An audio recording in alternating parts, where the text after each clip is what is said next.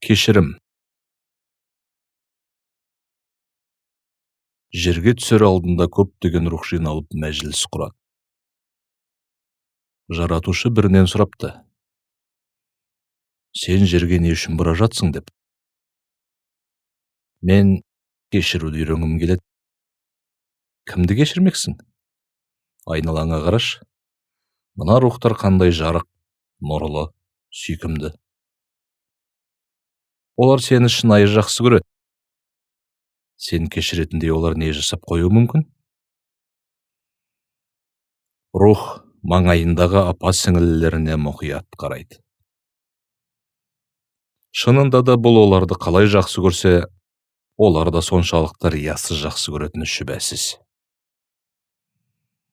Бұртиық балған рух: ал мен кешіруді сондай үйренгім келіп еді дейді. Сол кезде жанына басқа бір рух келіп бүйдеген екен. Бұртимаш, сені жақсы көретінім сонша, сенімен бірге жерге түсіп, сол кешірімді үйренуге көмектесем. Мен сенің күйеуің болып, көзіңе шөп салып, араққа салынып кетем.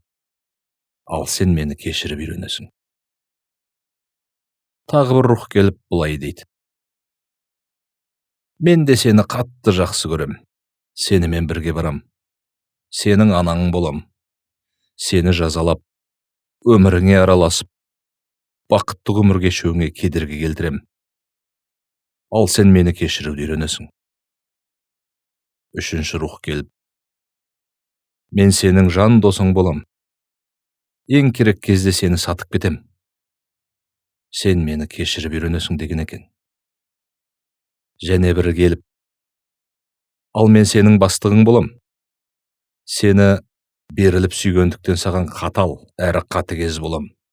Сен мені кешірсін деп әділетсіздіктер жасайым. Тағы бір рух: ашулы, берекесіз ене болам деп айтады.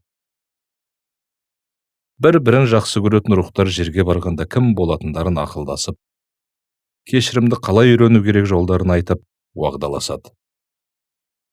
Бірақ жерге келген соң өздерінің кім екенін, уәделерін еске түсіру қиынға түседі. Көбісі өмірді өкініші емес, мәңгілік деп қабылдайды.